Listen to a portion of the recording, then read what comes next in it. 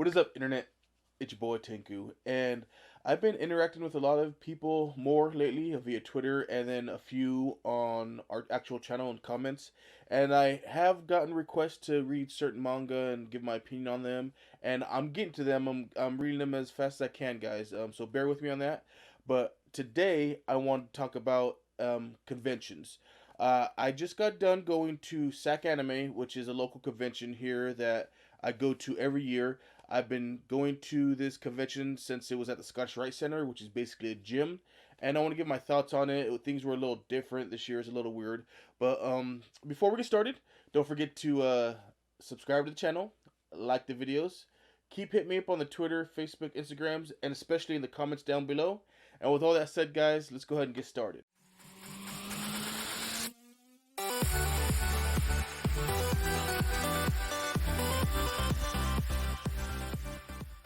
This year was Winter Sac Anime 2020. And normally the convention is held at the Sacramento Convention Center. And this time it was held at Cal Expo. It it pains me to say this because I love Sac Anime. I've been to a lot of conventions. I've been to SakuraCon up in Washington. I've been to Fanime. I go to Sac Anime every year. I've been to Sacramento Comic Con. There's a few conventions that's held up in Washington I've been to. So I've been to a few conventions all over the place. And Sac Anime has always been one of my favorites because it's a little local, feels more like tight knit with community wise. But since the Sacramento Convention Center is under construction, they couldn't have it there, and they had it at Cal Expo, and it kind of hurt the con. There were a ton of people there. Editor Senpai will toss up some pictures probably to show you. They had one thing they don't normally have there because they had a lot of outdoor space, and there was like this big LARPing square that people can go and try LARPing if they wanted to, and they had a lot of people who do a lot of LARPing there, and they were putting on shows for people. That was kind of cool. But normally there's a viewing room. There's multiple panels going on because there's multiple rooms to have panels in. You got the game room, which is pretty easy to get into and find. You go, you pick a board game or a card game, and you can play with your friends for a while, or you can just sit down and play Magic and bring your own stuff. They have a video game room, and of course the vendor hall. This year we had the vendor hall and the game room and the video game room was kind of squished into one big gigantic area, and it was all right, but it was kind of hard to navigate. The video gaming part was fine. There was no viewing room, and they only had one available room for panels. So it was literally only one panel going at a time. So if you were a little late to the con, or you didn't make it quite when you want to, you miss your panel. There wasn't multiple going on to where you can go in and relax and sit. Um, and so it just felt like I go for panels. That's personally what I go for. They did have a pretty big autograph area this year.